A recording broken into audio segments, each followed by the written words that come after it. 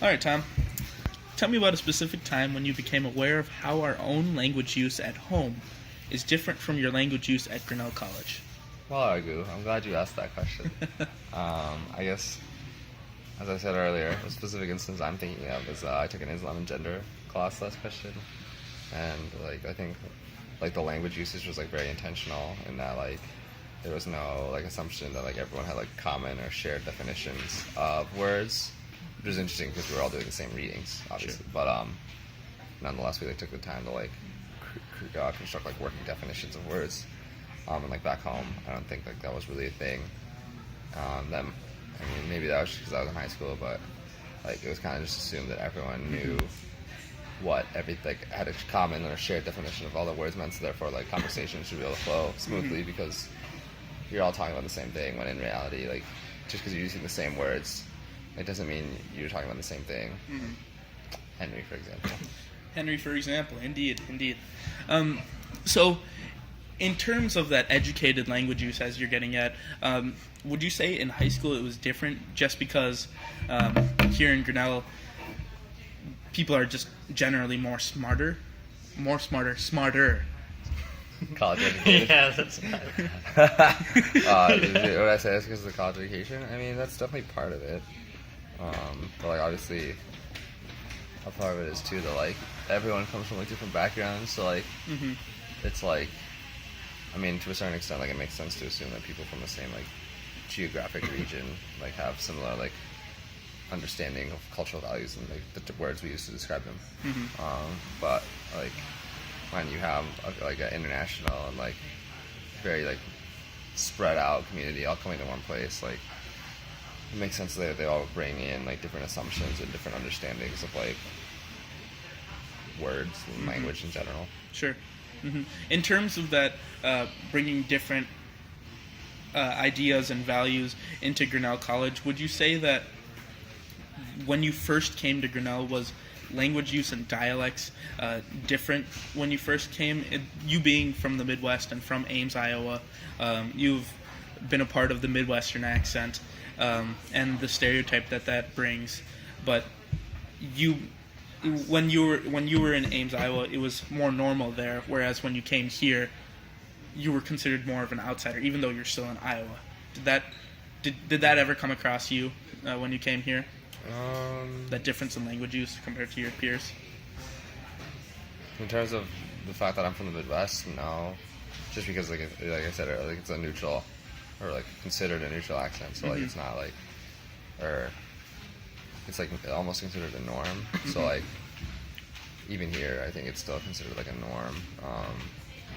Although maybe that's just to me, because to me it sounds normal. I'm sure to other people it probably doesn't sound normal. They're sure. Probably, that was an adjustment for them. But for me, I've never had to adjust, and I don't think it's common. It's it'd be weird if someone was "Oh, you're talking strangely." Mm-hmm. And have you ever had any experiences where anyone has commented on your accent? No. No, never. No.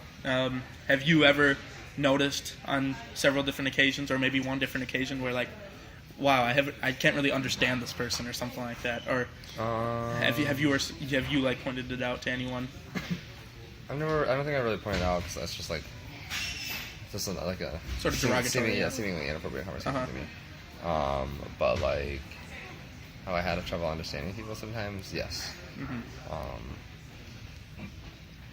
With other students, with professors. Sure. I don't know how you want me to answer, but yes, I have had trouble understanding. Sure. people. Mm-hmm. I understand that. Referring back to when you said that students use more of an educational background to bring into their classes and discussion, have you thought that this contributes to a more healthy discussion, in that it's more beneficial, I guess, to partake in said discussion because of all the backgrounds that Grinnell students bring in, as opposed to your high school classes? Yeah, I definitely think so. I definitely think it's much more. I think it's much more welcoming. Just because you're taking the time to make sure that everyone can participate fully. Mm-hmm. And I just think it's more constructive, because I think a lot of times you get bogged down in these miscommunications or confusions. Mm-hmm. that ultimately are kind of beside the point. So And that's in high school. That's more I in think high like the school. assumption is like, okay, we don't need to talk about this, so let's just like get down to the nitty gritty. But then you get like held up by the stuff you didn't address early on. Sure. So like you think you're gonna save time, or like, but then in the end it slows you down even more. Whereas if you just like go through it step by step, like establish definitions, use the definitions, talk about them, like that ultimately is like more efficient. Sure. Shifting our conversation to your involvement in groups in Grinnell. You and I are both part of the tennis team here on campus. True. And would you say that the tennis team's use of language is different than Grinnell as a whole, and it characterizes us as the tennis team, as a different speech community, as a part of the whole Grinnell community? Yes, I think we like have like our own colloquialisms and like terminology that we use that's unique to us, and I also think like there are certain words that we use more than other groups, like what some people would probably call like bro-ear. Bro-ear.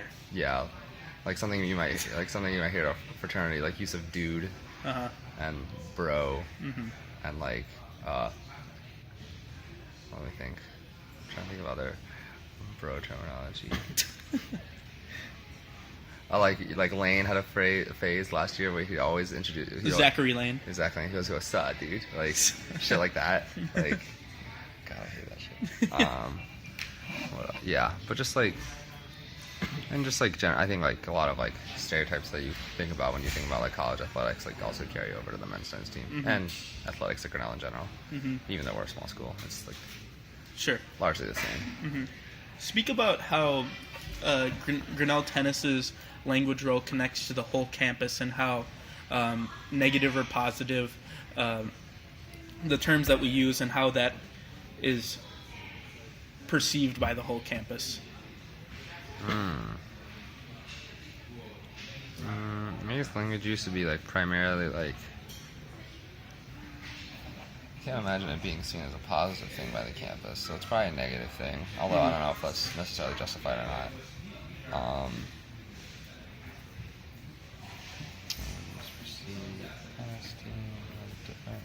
Yeah, I'd say it's isolating more than anything else. I think like language is like largely people's only reflection of like how you think, and since like our language doesn't necessarily align with the rest of the colleges, the logical conclusion is that the way we think also doesn't align with the rest of the college. Sure. So, and like language is something, especially with social media, it's like something that's like more pervasive or like everlasting. You can always like reference the old Facebook post that someone made or something like that. So, isolating. Yeah. And we had talked earlier that you're not proud of the language use of the Grinnell tennis team. It's even though it might not be used, but it might not be characterized to everyone on the team, but like a few individuals may characterize the whole team or the team as a whole. In that way, does the derogatory language that people apply to the whole tennis team, does that contribute to the overall connection that the Grinnell tennis team has to the college itself? Because people, whenever they hear us in D-Hall, I can agree with you. We're doing class assignment. You gotta go. What? We're doing work for a class. Oh, I didn't know if you were interviewing for GSP. No, he already got it. Oh, hey! I told you this. Okay, you know what? These things can be easily forgotten by accident. All right. So would you say that the derogatory language that some people use on the tennis team is viewed as the whole image of tennis's language and tennis's image as people as a whole? Yes. Yeah, On the outside, yes. Yeah, definitely. I mean, it definitely skews the influence. It's like, it's kind of unfortunate because like it's a vocal minority, right? Like vocal minorities are often like reflections of the groups they occupy, when in reality, like they're just a small subset. But like being vocal like allows them kind of to dominate the narrative of what language use is. Sure. And like I think part of it is like if you feel isolated, it might just drive you to like further isolate away. So like even if you're like a little away from the like center, so to speak, like if there's pushback from both sides, you're just going to end up even farther apart than where you started. We'd also talked before how the language that the men's tennis team used, you said it wasn't very unique to the tennis team, rather athletic teams with male people in them. Male athletics generally use derogatory language. Oh, this woman has a very nice blank and blank. Okay, sorry, continue. Point taken. Yeah, that. Do I... And like people might overhear us in D Hall saying such rude comments, It's all up in here, Dom. and they apply that to the whole tennis team. You want to speak about that a little bit? I guess I just mostly feel bad for the people who like don't do it, but like are, you know, grouped together.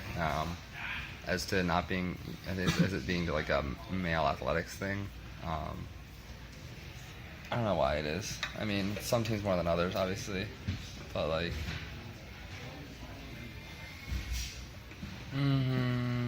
Yeah, I don't really have much more to say about it. Sure. I really just came over to ask if you got a haircut. Like a Thank you week very ago. much, Thomas Quanchina Pitcher, for your wonderful I gotta get interview. Gotta get that PED cut. Yeah.